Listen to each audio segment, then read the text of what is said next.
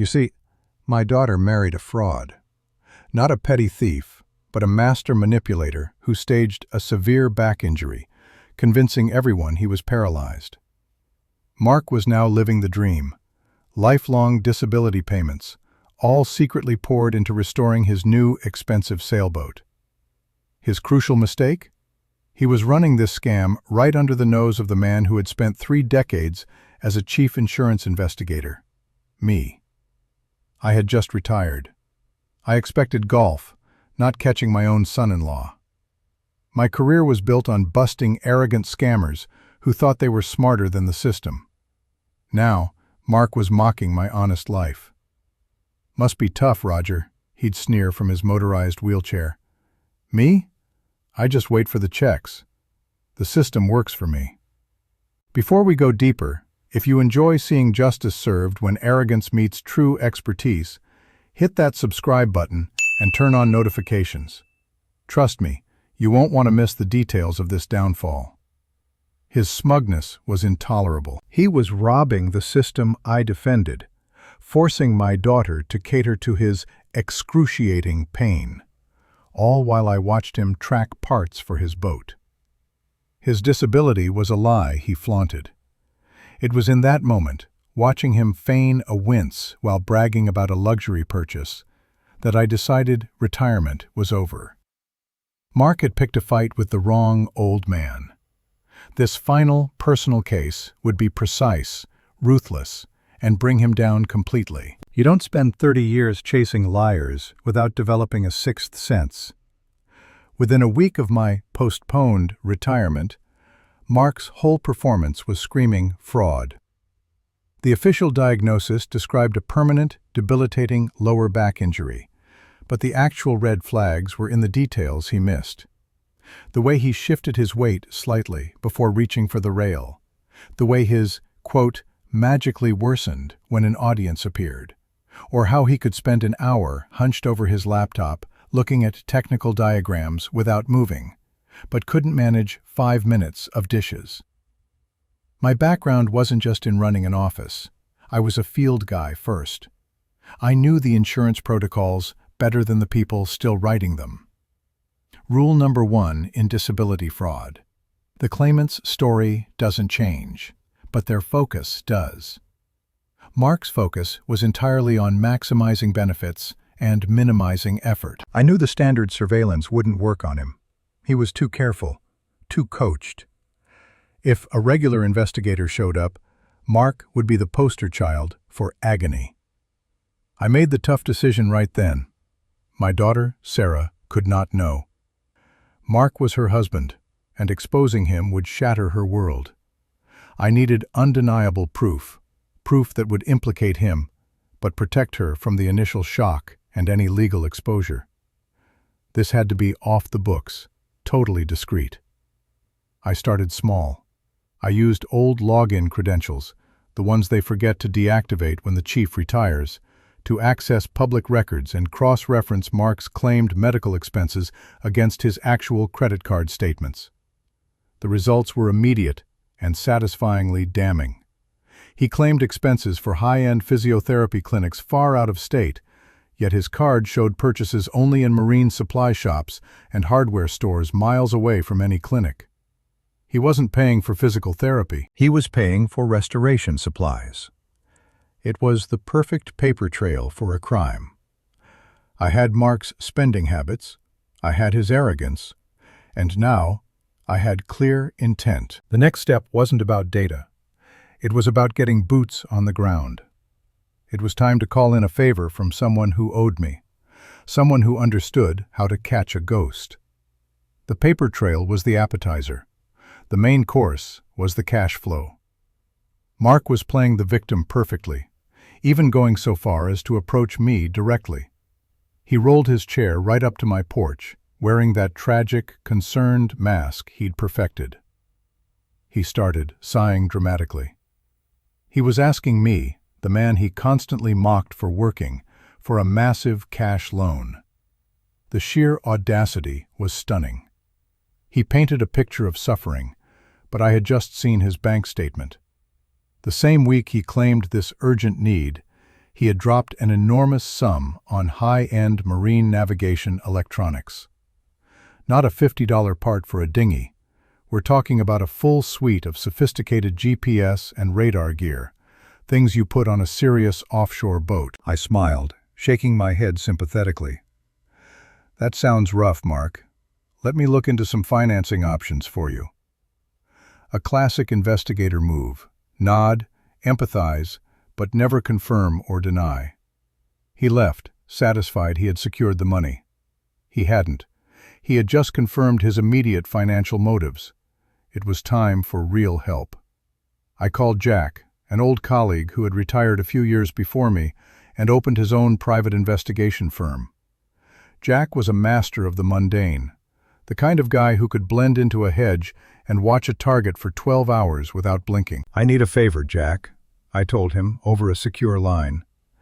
"A retirement gift. You remember all those times I kept you from getting fired for, shall we say, creative expense reports? I'm calling that chip in." I explained Mark's scheme, the supposed paralysis, the boat, and the paper trail. Jack, who had seen it all, whistled softly. I added, my voice hardening. My personal financial contribution to this case wasn't a loan for Mark's fake therapy. It was a hefty retainer for Jack. The justice I sought wasn't cheap, but it was absolutely worth the price. Jack didn't disappoint. 3 days after I handed him the marine equipment receipts, he called me with a location. Jack reported. This wasn't just a place to store tools. It was a secure, private workshop. The kind of place where a man who is supposed to be medically unable to lift a pencil goes to engage in a physically demanding, strenuous hobby. The level of premeditation Mark displayed was chilling. He hadn't just faked an injury. He had planned a whole new, fraudulent lifestyle around it. We drove out the next afternoon. Mark's car wasn't there, but the unit itself was anonymous. I felt that familiar adrenaline surge I hadn't felt since my last major bust. Standing there, I could practically smell the varnish and sawdust. The sign on the door was plain, but the story inside was anything but. "The unit next door is vacant," Jack whispered, pointing. "I've already arranged temporary access. We can set up high-definition cameras aimed at his roll-up door and a few hidden pinhole lenses around the perimeter. We need to catch him in the act, Roger. Full-on physical labor." This was the tricky part. We couldn't just record him walking. We needed something definitive, something that screamed insurance fraud to a jury. We needed him to lift, pull, or run. We spent the next 3 hours turning the empty unit into a covert surveillance hub. We ran wires, positioned cameras with thermal and zoom capabilities, and installed remote triggers. We used the old-school techniques combined with modern digital clarity. As we were packing up, Jack pointed to a distant corner of the lot. "Look!" There was Mark. He was struggling theatrically to get his motorized wheelchair out of his vehicle, collapsing dramatically into the seat. He was wearing his agony face. But then, once he was sure the small parking lot was empty, he sped up, navigating the rough pavement with ease that bordered on athleticism. "He's putting on a show, even in an empty lot," I muttered, gritting my teeth. "He's paranoid, Jack. He knows the rules. He's going to be careful inside that unit." "He might be careful, Roger," Jack replied, adjusting a lens. "But nobody can keep up a constant performance when they think they are absolutely alone. We just have to wait for him to get tired of acting." The waiting game had begun.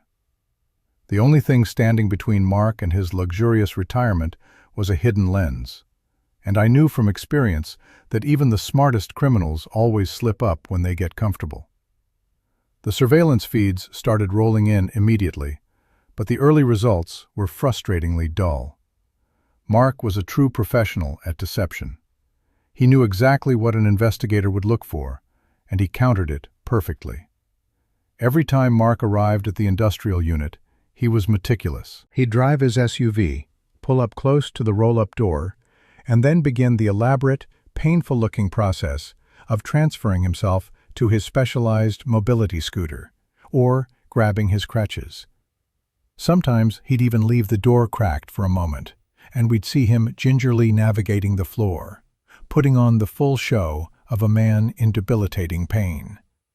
He'd spend hours inside, but the few shots we could catch through the high window or around the door showed him moving slowly, carefully, always hunched over, as if in agony. "He's playing the long game, Roger," Jack observed during one of our nightly reviews.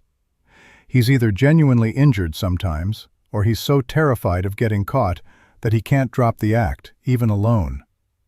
I shook my head. "It's not fear, Jack. It's arrogance. He's anticipating surveillance. He probably thinks he's so smart he's performing for the cameras he thinks might be there. That's a classic criminal mindset. They try to over-engineer their defense." The tension in those early tapes was thick. We had the location, the motive, the expensive equipment, but no footage of the crucial physical act. We were watching a high-budget theater production, and the actor never broke character. I realized our strategy was too conventional. We were looking for him to slip up on a Tuesday morning. But Mark wasn't working a regular schedule. He was working on his boat schedule, I told Jack. We shifted focus. We stopped watching every hour and started monitoring marine industry suppliers, looking for delivery dates tied to Mark's location. I also knew that Mark liked to drink. Alcohol lowers inhibitions and increases confidence. I directed Jack to focus surveillance during late evenings and weekends, particularly after Mark had been out of the house, which would give him an excuse to be slightly less than usual. Mark was a master of masquerade, but even masters need a night off. We just needed to find the exact time he decided the audience had gone home. That's when the truth would surface. Our change in strategy immediately paid off. Jack discovered Mark had placed an urgent order for heavy-duty marine sealant and, more importantly, a specialized engine hoist, the kind used for pulling out massive inboard motors. The delivery was scheduled for a Saturday afternoon, when Mark knew my daughter would be at a family event. We set up early, knowing this was our window. Mark arrived right on time, but instead of the usual agonizing transfer to his wheelchair, he practically hopped out of the driver's seat. He still had a slight limp, a vestige of his old act, but the pain mask was completely gone. He was focused, energized, and moving with the efficiency of a man tackling a challenging construction project. The unit's door rolled up, revealing his hidden treasure, a beautiful, classic 40-foot sailing yacht, stripped down for a complete restoration. It was a massive undertaking, requiring hundreds of hours of physically demanding labor. He wasn't just puttering. He was building a dream, paid for by his fake suffering. The delivery truck pulled up. Mark signed the papers and, rather than waiting for the driver, he immediately started working on the main task. He needed to reposition the massive, heavy engine for maintenance. He rigged the hoist, but the setup was tricky. We watched through the thermal lens as he grunted, pulled, and strained, manipulating the massive metal block. Then came the money shot. The hoist jammed slightly. Mark, cursing under his breath, completely forgot his act. He bent over, a motion that should have instantly crippled him according to his medical file, and used his full body weight and strength to manually wrench the engine block a few critical inches. His face was a mask of effort, not pain. It was pure, unadulterated physical exertion. We had him. We had clear, high-definition video of the, quote, 28-man lifting, pulling, and performing a feat of strength that would challenge a healthy weightlifter. Jack was silent, just hitting the record button repeatedly. He finally said, as Mark worked, he stopped, took a swig of water, and then walked over to the stern. Using a piece of chalk, He sketched out the name he intended to paint on the boat's transom. I zoomed in on the monitor and felt a cold fury run through me. The name Mark had chosen for his fraudulent yacht was... Seeing the name Mark chose for his yacht was the final insult. It wasn't just proof of fraud. It was proof of his total, arrogant contempt for everyone who worked honestly, including me and my daughter. I knew I couldn't just hand the evidence over to the company. I needed to deliver justice in a way that was as public and definitive as his crime. My goal shifted from merely convicting him to unmasking him completely. Sarah, my daughter, still believed he was a suffering victim. I realized that if I let her find out about the fraud through an official letter or a legal filing, it would destroy her faith entirely. She needed to see the undeniable truth with her own eyes. The universe, or perhaps just Mark's ego, provided the perfect opportunity. He announced a huge party. It wasn't just a casual get-together. He was celebrating two things: the impending launch of his yacht and the approval of his first major lump-sum disability payout, which effectively guaranteed his fraudulent income for years. He called it his. He'd invited everyone: family, friends, neighbors, even some of the sympathetic members he'd met through his fake condition. This was the stage I needed. This public display of triumph would be the setting for his total humiliation. I immediately called Jack. I told him. Jack was skeptical. I instructed Jack to prepare a pristine, edited compilation. The footage had to be brief, impactful, and utterly damning. Mark lifting the engine. Mark running down the beach in a rare, brief, unguarded moment Jack had captured earlier, and close-ups of Mark moving freely inside the workshop. It was a director's cut of his criminal enterprise. I also told Jack to get a projector and screen delivered to my house. I told Sarah it was for showing old family photos. The stage was set, the audience was gathering, and the star was oblivious to the script change. The week leading up to Mark's freedom celebration was a blur of meticulous preparation. This wasn't just about revenge. It was about ensuring the case was airtight, bulletproof, and utterly undeniable. As a former chief investigator, I knew that dazzling video footage was great for drama, but paperwork is what puts a fraudster behind bars. Jack and I worked side by side, compiling the final dossier. It was a comprehensive package. The medical file. Copies of Mark's official disability claim forms detailing his alleged paralysis and prognosis. The financial records. Cross-referenced bank and credit card statements proving the disability payments were immediately routed to marine suppliers and the rental of the industrial unit. The surveillance log. A detailed timeline matching the expensive parts deliveries to his isolated working sessions. The video evidence. The edited digital disc containing the high-definition footage of Mark performing heavy physical labor. The engine lift. The unassisted movement. The moments he truly forgot he was, quote. I printed out the summary page and underlined the official policy stating that engaging in physically strenuous activity that directly contradicts the claimed injury constitutes immediate and severe fraud. I wanted the arresting officers to have a clear mandate. Meanwhile, Mark was insufferable. He was practically bouncing off the walls, talking about his grand speech, how he was going to thank, quote, for making his life possible. He even asked me to help him set up the sound system for the party, claiming his back pain prevented him from bending down. I watched him struggle dramatically with a lightweight microphone stand, knowing that just days ago he had been muscling a 100-pound engine block. The hypocrisy was thick enough to choke on. The final piece of the trap was the connection. I couldn't just call 911.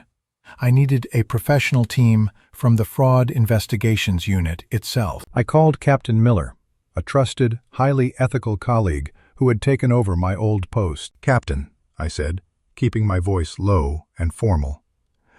I'm handing off a clean, guaranteed conviction. Felony insurance fraud. Everything you need is on a flash drive, packaged by Jack Peterson. It's a textbook case of a disabled claimant engaging in activities completely inconsistent with their claim. I gave him Mark's address and the exact time of the party. Captain Miller, who knew I never wasted his time, simply replied, "The stage was ready. The audience was set. The police were on standby. All that was left was the final performance." The party was in full swing. Mark's backyard was filled with 50 of his closest friends, family, and associates. The air was thick with the smell of expensive barbecue and cheap arrogance. Mark, seated regally in his customized chair, had just finished his smug speech. He thanked everyone for their sympathy, lamented and raised a glass to the system that had given him. He smiled at me, a final, victorious smirk. He announced that was my cue.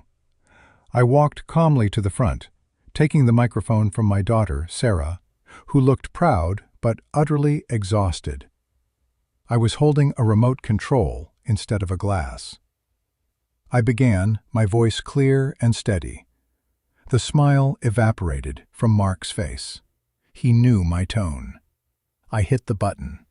The patio lights dimmed, and the projector I had set up earlier, supposedly for old family photos, flared to life on the massive white screen. The first clip flashed up.